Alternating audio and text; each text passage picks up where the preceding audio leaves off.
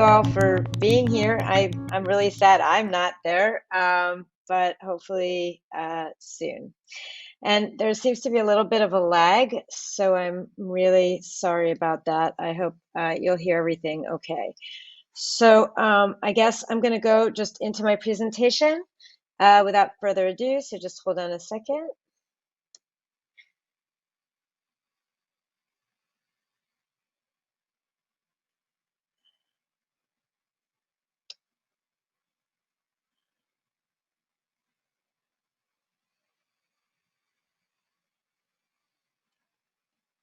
Can everybody see my presentation? I hope so. Yeah. Okay, great. So I actually changed it from the planetary test to the planetary bet. And maybe if there's two ideas that encapsulate this talk, it's about this quote by Nicholas Negroponte: "Computing isn't about computing anymore, it's about living." And from a young age, I was fascinated by uncertainty. Myron Scholes, from the inventor of the Black-Scholes derivative pricing equation.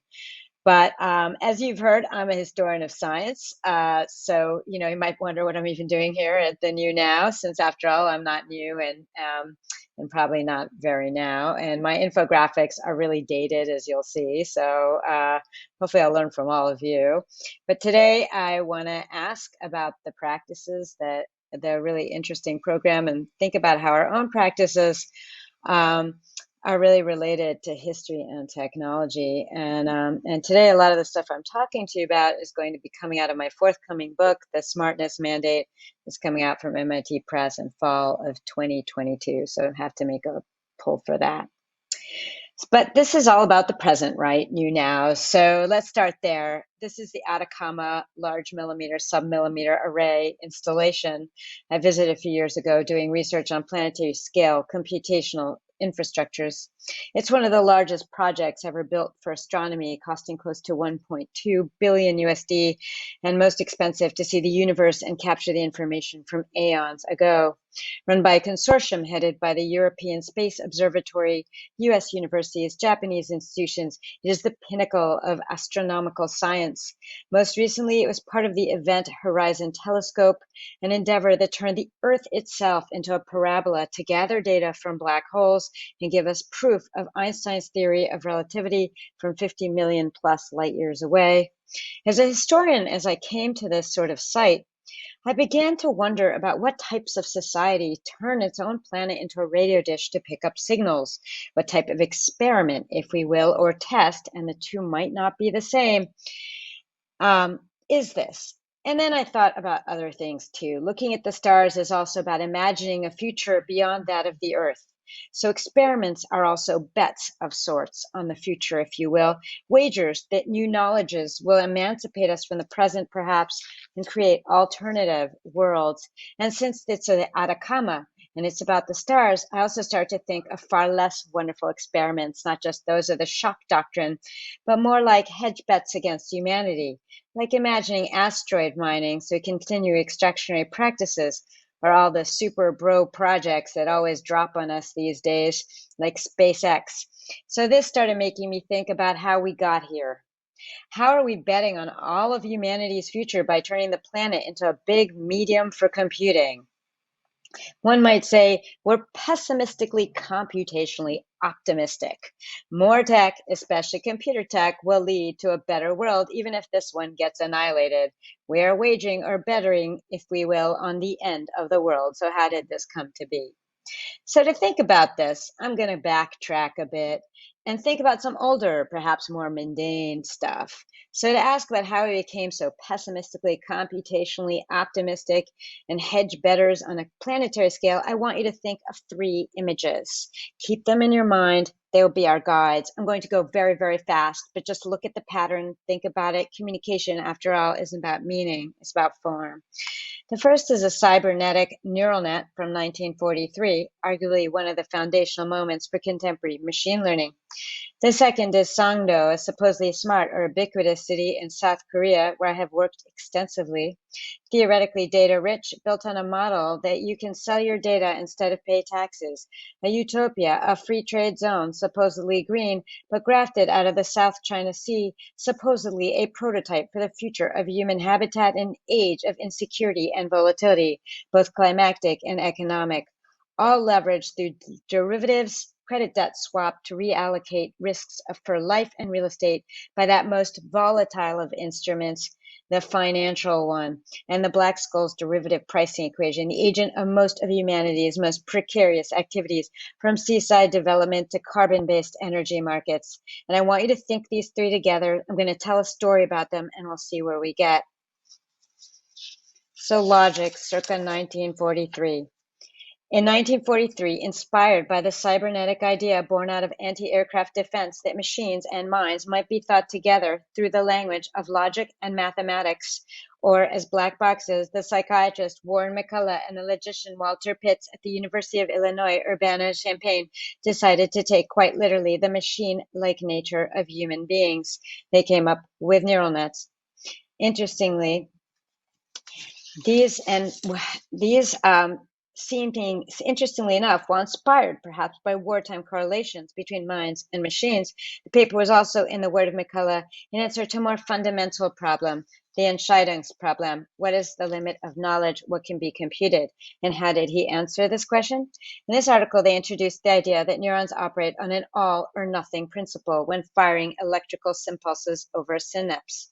This all or nothing threshold likens them to logic gates, and therefore nets could be thought of as Turing machines.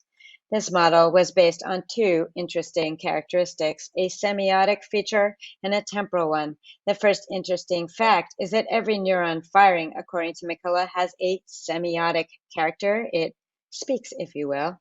It was mathematically rendered as a proposition. It affirms or denies a fact of activation, and therefore neurons can be thought of as false or true,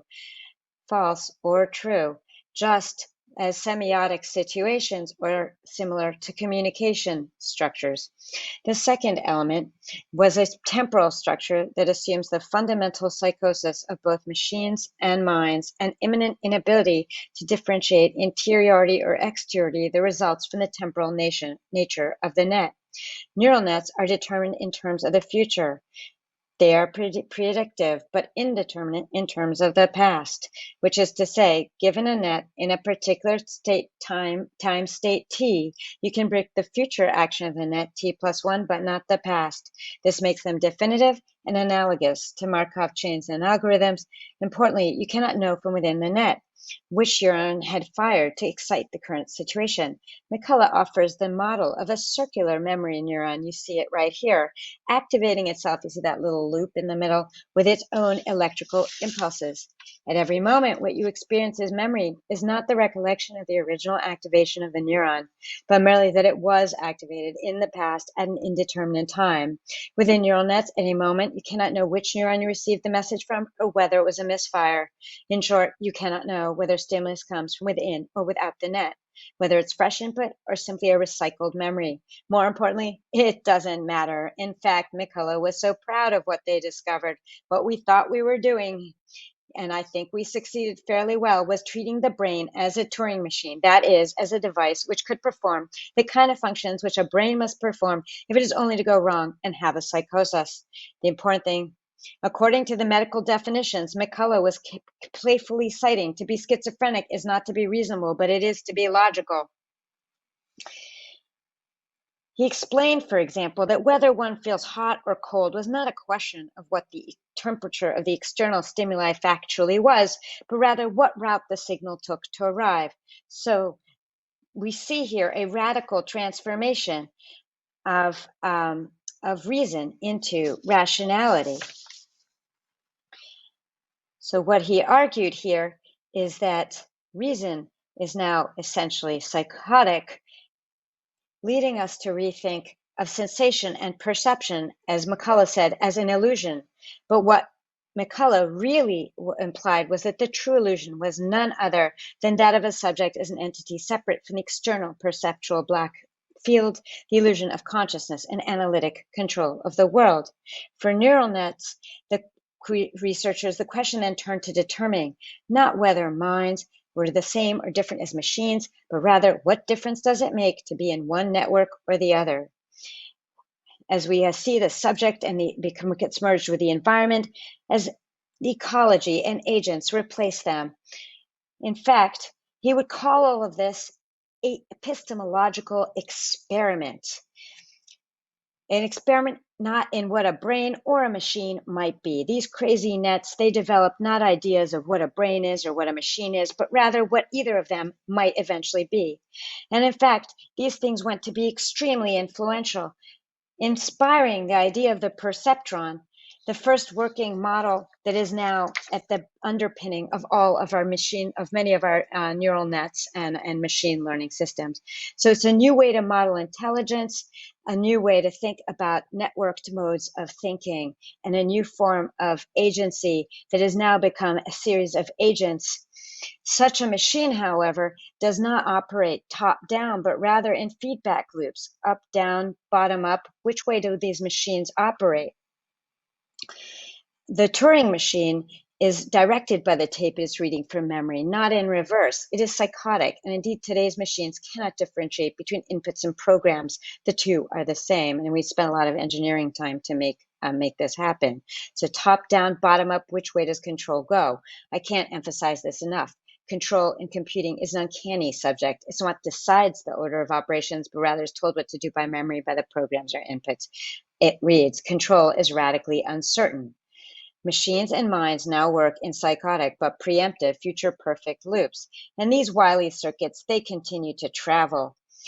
They move into our machines, supply chains, homes, habitats, organizations, ecologies, but it was so. For example, it even came into our thinking about urban dynamics. So urban space could be reconceived as a nervous channel.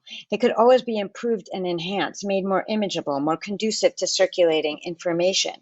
Older assumptions about structure and the social turned into notions of little interacting agents, the personal and the infrastructural all mashed together. Instead of understanding environment as outside, as demonstrated by this classic modernist building, where the environment as understood is assaulting and external and something that had to be closed out to enclose and manage the workers in Fordist assembly lines, environment, buildings, cities, and systems became transparent boxes filled with black box computers, and interiority and exteriority became mixed, as demonstrated in this famous home by Richard Neutra. The new architecture would be an architecture that manages climate as environment disappears into ecologies of small little nets speaking and working with each other. So we speak here a relationship between environment to a medium that we can control, all managed through our nervously networked computerized systems that turn energy through our nervous networks that scale up to our cities, managing these new environments as energy is transformed into communication, facilitating a new integration and management of our new infrastructures, all to be controlled through nervously computerized systems that turn energy to information and that mandate air conditioning and climate control, mandating a switch to oil and fuel, creating the climates for our new network selves, buildings, habitats, and even smarter habitats and more temperature controlled ones, just as nervous nets turned electrical signals into communication messages. But it was particularly in the emergent field of finance, as exemplified by the work of individuals like Herb Simon, that these forms of measurement paraded under the label of rationality took hold. And here's Herb Simon with his little rational equations, and Alan Newell with their psychotic games. Simon, who primarily worked at Carnegie Mellon in the business school, was an innovator in applying psychology, comm theories, computing, and cybernetics to the study of organization and business. While working at RAND, the Air Force-sponsored think tank, Simon, then thinking about administrative behavior, came upon an idea that rationality had to be redefined, even in game theory. He later explained his theory as emerging from the acute schizophrenia suffered by the social sciences, the dually posited, an omniscient rational actor with full information, or an affective and stupid beast guided only by Oedipal impulses and pleasure pencils. He imagined a new subject capable of cognitive capacity for making systemic and apparently optimizing decisions according to preset rules. Simon imagined a subject incapable of objectivity. We must be prepared, he wrote, to accept the possibility that what we call the environment may lie within the skin of the biological organization. And this transformed rationality into relations between different agents that are all grounded on a kind of psychotic logic. Later, in reminiscing about his life about artificial intelligence, Herbert Simon elaborated on this vision of an agent by recoursing to the figure of the ant. The ant, he argued, is only as intelligent as its environment. It is coupled with the exterior world intimately, its choices decided as much by the outside as the internal workings of the nervous system, reminding us of the previous switch made by the net. The ant deals with each obstacle, he writes, as he comes to it. He probes for ways around or over it without much thought for future obstacles. End note. For Simon, revising the agent in this way refocuses the search for cognitive intelligence on the production of situations, patterns for actions, rather than any effort to understand language or consciousness. Perception and cognition become sensing and smartness at the same time that the act of probing and the act of decision-making are made equivalent, and the idea of intelligence can be linked to small idiotic decisions rather than the comprehension of concepts or the ability to represent the future. This was linked to the relationship with neoliberal reconceptualizations of the agent. Friedrich Hayek, the famous starter of the Mont Pelerin Club and one of the kind of founders, if we will, of neoliberal economics, already anticipated this idea in his work, The Sensory Order, coming out at a similar time, arguing the idea was that the mind is best viewed as an emergent property of the constructed interactions of neurons in the human brain. And this is significant for Hayek's economics. What we call mind, he argued, is thus a particular order of a set of events taking place in some organism in some manner related to, but not identical with the physical order of events in the environment. It is a relational thing. It is a self-organizing concept of brain that mirrored the idea of the self-organizing structure, the market being the only thing that can make decision for this now only partially rational agent. Suggest that the coordination, self-organization of small agents became therefore a virtue and a necessity, which also fed into the idea of new learning nets. So we have this switch, as we will, from agency to agent as parts of networks, as the environment becomes ecologies of networked entities, leading us to rethink the nature of media, populations, what it means for change, and change and volatility becoming the very underpinnings of economy. This rationality, bounding rationality, measuring uncertainty, if we assume logic is psychotic, we don't need to know everything anymore. We can be partial. We can live in the world in the dark. We can shift to the behavioral, the operational question. What can we measure? What can we do? It is the circuit, the net, the structure of the game or the organization that matters. Processes are materialized, made visible, and become both the object and tools of new form of measurement. And these sort of new concepts of irrational agents networked together to produce complex systems found fruition in the later development of options markets and the Black-Scholes derivative pricing equations in the 60s of 70s that brought financialization into being. In fact, the head economists themselves said it so awesome. Here's Fisher Black, one of the inventors of this equation, saying most generally noise makes it very difficult to test either practical or academic theories about the way that financial or economic markets work. We're forced to act largely in the dark. Awesome. The head economist, the master of finance, soon winner of the Nobel Prize, openly says, we don't know what we know. We can't test what we know. You can't tell how to act. We are in the dark. Markets need noise, which is to say uncertainty and unknowability by his version, or they can't be the sites of emergence or speculation. If this is so, this the kind of summary of my story is that if this is so, our markers, managers, organizations are amnesic, psychotic, preemptive, behavioral, affective, uncertain, rational, but never reasonable. And if this is true, then the new epistemology of the net, neural, economic, behavioral, territorial, became an epistemology of feedback and self-organization. What had once been hierarchical, worker ants, queens, warriors, became a world of homogeneous flatness, amplified by the old labor ads from New York City subways. And data could drive an emerging system that could evade politics through the eternal deferral of endpoints in the name of ongoing small little dumb things that produce smart networks. But up, down, bottom up, we're always preempted. Which way does it go? This uncertainty about which way control operates makes computing scalable, makes volatility and uncertainty a technology now incorporated literally into our financial algorithms. We're always preemptive, making little decisions like ants, each of us a little ant, not knowing where we came from or necessarily where we will end up. We have moved from risk, as Frank Knight defined it in the 1920s, as a measurable and representable fact, to uncertainty and indefinite, incalculable futures. And one of the most volatile and heavily derived and financialized markets today is, of course, the energy market, and particularly oil. As climate becomes a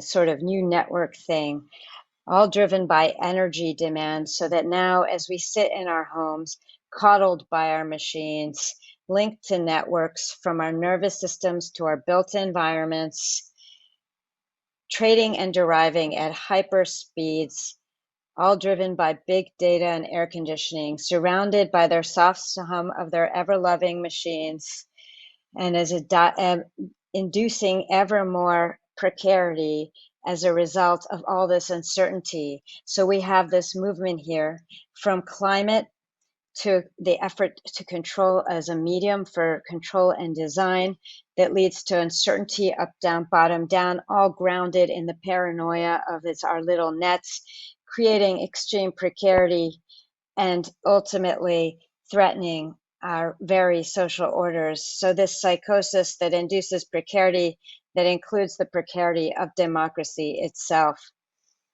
Is this all there is, though? Have we all ended just into a world of demise where everything just ends up in ever more relentless violence and extractionary behaviors? Up, down, bottom up. Which way does control go? As they change climate control and our habitats, we need to remember that control is a wacky thing in computing. Maybe I need a feedback. Maybe I need to rethink this. Maybe we're making too many assumptions that the world works so linearly and that the future is just always going to be a result of the past.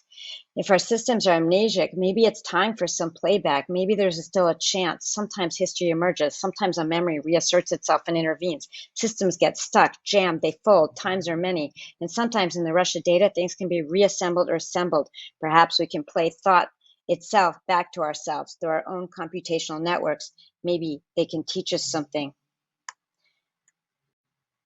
So this leaves me with some critical questions. How are we to encounter difference, complexity, and chance in an age where chance itself, the changes in the system, are the very site of automation?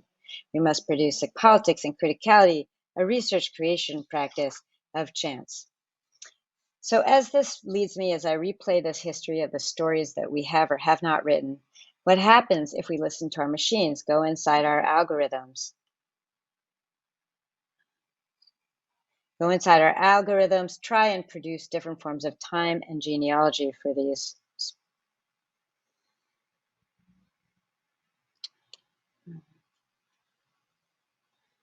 Sorry, for some reason this cut out.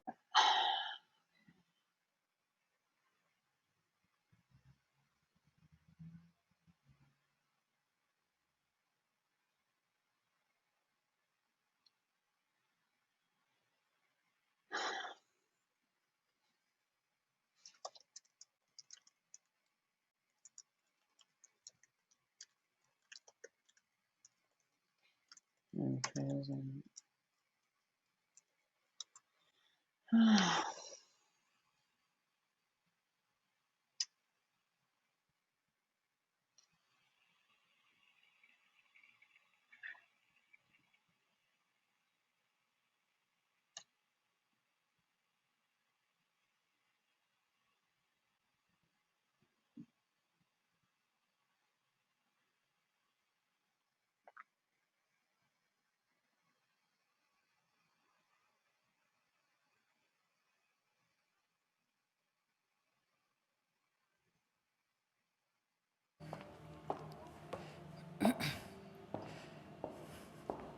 Okay. Hi, Orit. Well, Can now you I can hear hear. me? Sorry. Yeah. No, no problem. I think I'm back.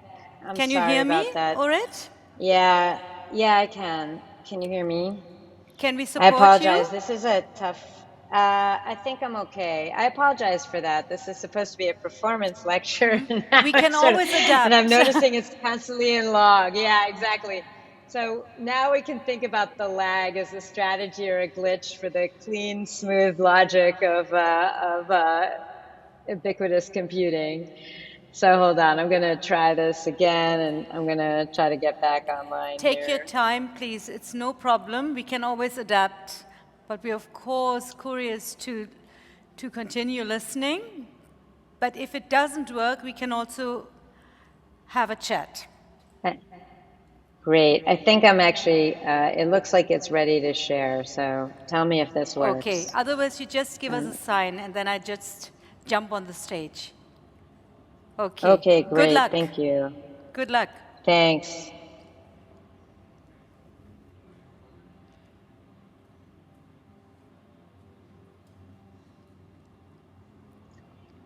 All Ah, right. we Sorry can see about something. that. Yeah, we I can think see in something. general, can everyone, you can see something? Okay. All Yes, right. yes, thank I you. don't know if you can see me. This is a surreal platform where I'm just talking to my computer and can't see my own video. So I have no idea what I've been saying to you and whether and how I've been presenting it. So I hope some of this makes sense. So basically, some of what I'm suggesting. So all this brings me to say, as I replay this history, if you will, of what happens if we listen to our machines, go inside the algorithms, try and produce different forms of time and genealogy for these objects, like individuals such as Donna Haraway long ago already assumed or suggested. This, of course, brings me as a historian to be thinking about temporalities in history. We have, after all, are speaking about what sort of futures are possible. I think that this was called Another End is Possible. I'm not sure. I'm talking about ends, but I am talking about how we create futures in plural, almost through reperforming our historical past, as well as attempting to add time into systems that are adequately amnesic and psychotic. So they can't really remember anything. And our technology is actually constructed and mitigated against situating knowledges. So, for example, as a historian, I want to think about how we take equations such as the Black-Scholes equation and add new temporalities to them outside of the ones of the rather rapid speeds of financial trading. So, for example, this equation has a history that derives from history of slave trades and colonialism that I do a lot of work that are now merged with new technical assemblages and algorithmic training and create new forms of computational capacity. It opens the question of whether there are other ways to speculate on the future, to using the past, or other ways to inhabit the catastrophe and future otherwise. For these derivatives also bring us, for good or bad, new forms of action as well. For example, when climate activists use insurance risk valuations to change the credit ratings on pipelines to stop them, as often happens here in Canada, or people try to do in Canada. These histories also leave us with new forms of relationality that we have discovered, and reason. We've learned that many things now possess intelligence, not least of all our own machines that have become experiments, perhaps, in what we are. Can we turn that into an experiment that produces multiplicity and differences in the possibilities of what the human might still yet become, rather than efforts to denigrate us? We've learned many things that might be teaching, and perhaps these networks are teaching us something, showing us perhaps our own desires and thoughts reflected back. Can we learn from our systems, from reenacting them, demoing, replaying them, recombining them? And of course, so many people in this conference are doing just that. And we ask ourselves what it means to retell histories of climate, intelligence, smartness, population, and measurement, all through the lens of our new technologies and information systems. This brings me back to the Atacama. Time and data can be manipulated in many ways. Back on Earth, there's a film that came out in 2010, Waiting for the Light by Patricio Guzman. In the immediate aftermath of the coup on September 11, 1973 in Chile, there was a subsequent torture and disappearance of thousands and the exile of nearly 10% of the population. The paramilitaries stalked Chile, traveling in a Puma helicopter from detention site to detention site, the so-called caravan of death, carrying out the executions of 26 people in Chile south and 71 in the desert north. Their bodies were buried in unmarked graves or thrown from the sky into the desert. The desert was militarized and turned into a weapon for the killing of dissidents and for the training of troops, its resources supporting the state. Guzman parallels the search for bodies by mothers of dissidents killed by Pinochet with astronomers watching and recording the stars in the Atacama's high-altitude observatories. The wave millimeter arrays had not yet been operational. Above all, his theme is that the landscape is a recording machine for both human and inhuman memories. The trace of stars 50 million years ago and the search for loved one with human lives. The implication of the film are that the desert itself provides some other intelligence or maybe memory, not only for humans. When I hear of all our bro fantasies of conquering the stars to increase extraction, I think of the amnesic and traumatic nature of our nets and their psychotic times. I hear, however, a dual fantasy of stretching finite resources into infinite horizons through big data and artificial intelligence. But I also hear a smaller, more embodied parallel fantasy of a new form of experience and cognition, no longer nested in single human bodies, whether those of laborers or those of expert economists, and rather bequeathed to large networks of human machines. These dreams of AI and machine learning managed extraction might hurl back to the history of machine learning. Machine learning, since the 1950s, has been about revising cognition, but also what might denote human history or perception. For insofar as most machine learning methods require training data, computers could, in principle, be trained on what was in essence population-level experience. Experience here is moved outside the individual. It is the data set, the environment, the sensor system that becomes the object of design.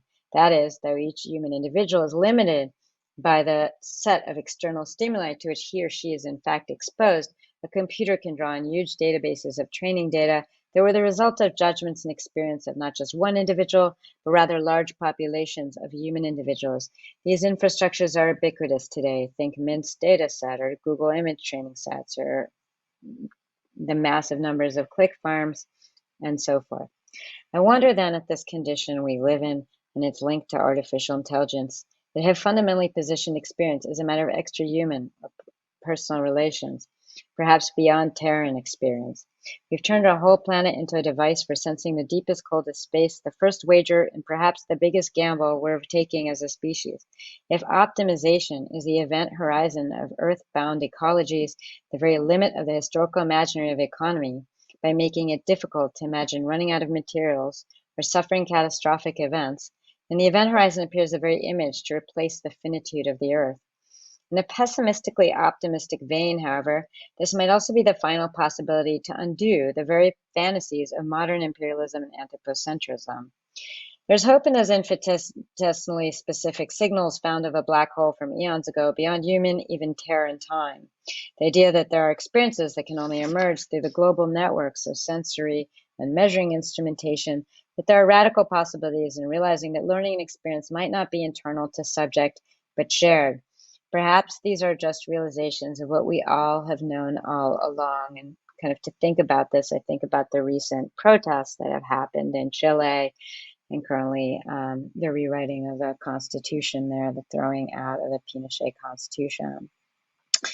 that there are radical possibilities in this situation. Perhaps these are just realizations of what we've known all along, that our worlds are comprised of relationship to others, but there's possibility that never has this been more evident or been made more visible than through our new technologies, including our financial ones and our artificial intelligences.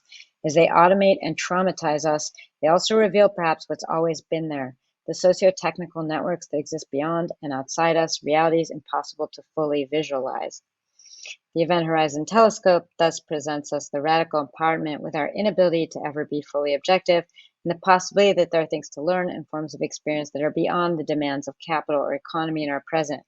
My hope is that perhaps encountering the impossibility of ever imaging the reality of the event horizon, since these are just traces, if you will, an event we can never access directly, we might finally be able to witness. And in doing so, in trying to build this image, we might be finally able to witness, not in the stars, but here on Earth, and to be able to engage the precarious reality of life on this planet.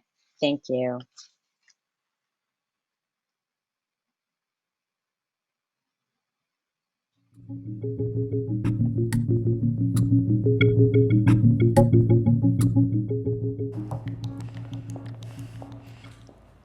Thank you very much, Orit. I hope you can see. Can you see me? Yeah.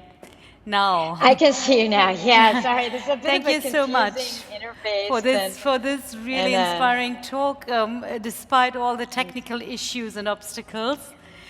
So, dear audience, first of all, the ones who are here, you can place a question to Orit. Just right here in front of me is the microphone. You can just go there, and then we see you, and you can ask her. And you, dear participants in front of the screens, you can also place your questions. It was a very, very full and I think also, intense presentation. So you can even ask simple questions and just place them in the chat. Yeah, don't be afraid of asking simple questions. We need those to discuss it with such people like Orit. That's why we're here, you know? So I place my first question, and then you people all outside, please think. I was thinking about the quote in the conference program. There was this question: we don't want to see the ruins of our world as the end, but as a beginning. And I thought it fits very well to your presentation, because I was asking myself, how can a world that might not be able to support life in the long run create anything but catastrophic futures?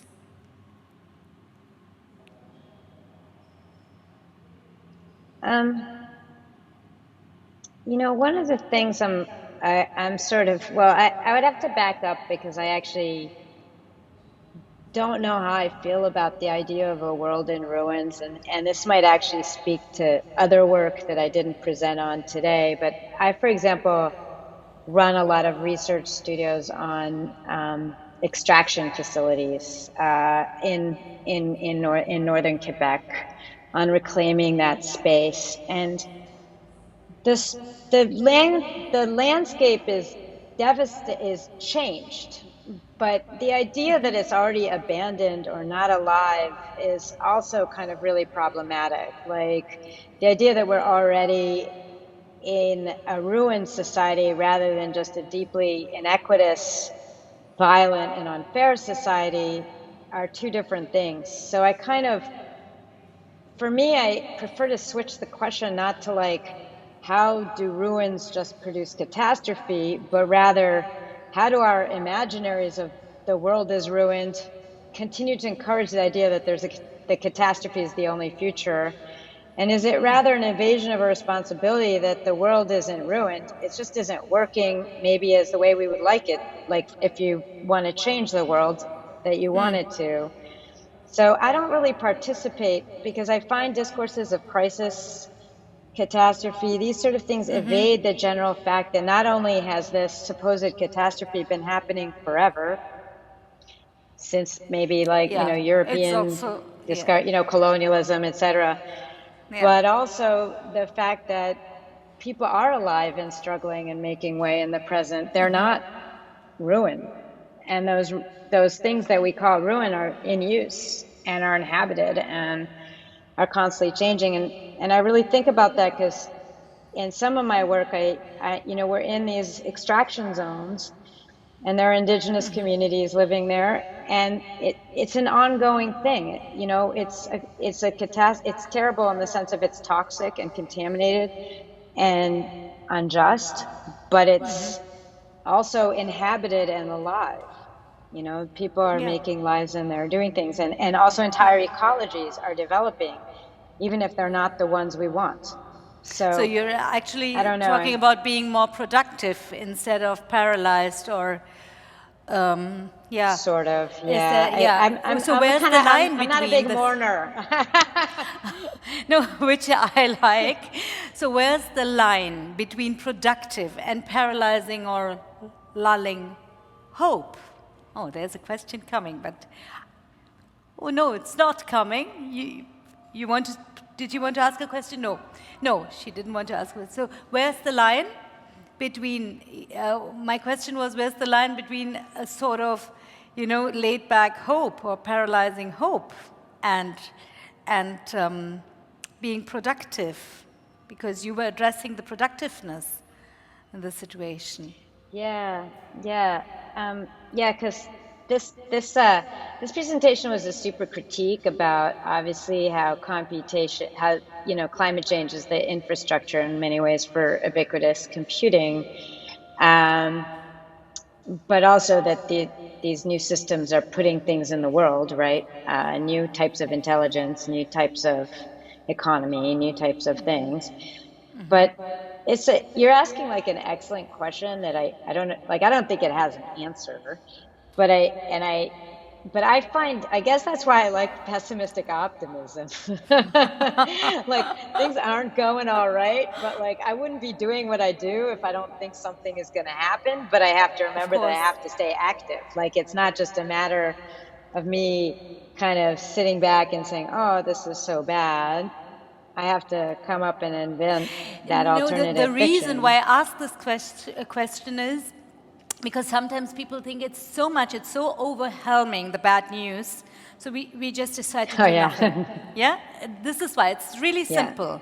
I'm trying to cut it Yeah. very simple. So